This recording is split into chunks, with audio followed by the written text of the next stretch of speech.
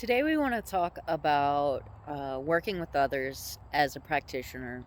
And it's important to understand and to know that as practitioners and energy workers, we are not healers. The people that we are doing the work on are the healers. We are simply a channel of that healing, and we are simply holding space and holding a higher vibration during our sessions. So, as a Reiki master, one of the ways that I maintain my higher vibrational state during a session is once I've already called in my protection and activated my symbols, and before I begin putting my hands in the specific positions to work on the client, what I begin to do is to run my energy through my body.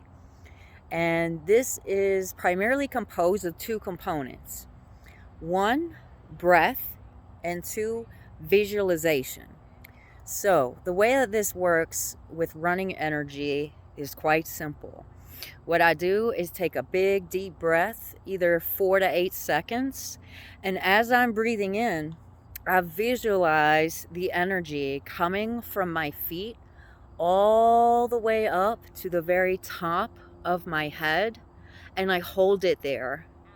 And then when I exhale, I imagine the energy coming down my head, down my neck, down my shoulders, and through my hands.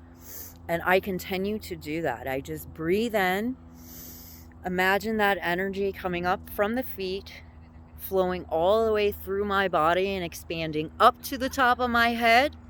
Hold it in between the inhale and the exhale.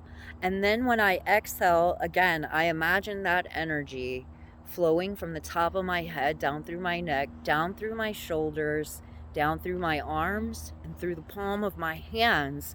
And then I'm using the Reiki positions on the client as specified. So it's very important to know that as we begin to step into energy work in various modalities, that we're not self-proclaiming ourselves to be healers, because we're not. We are simply the vessels and channels that are creating the space and the energetic flow for the healers, who are our clients, to naturally accept that energy.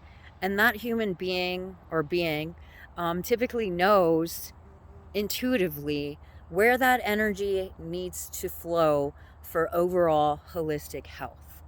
Um, so I think that's a good attitude to have.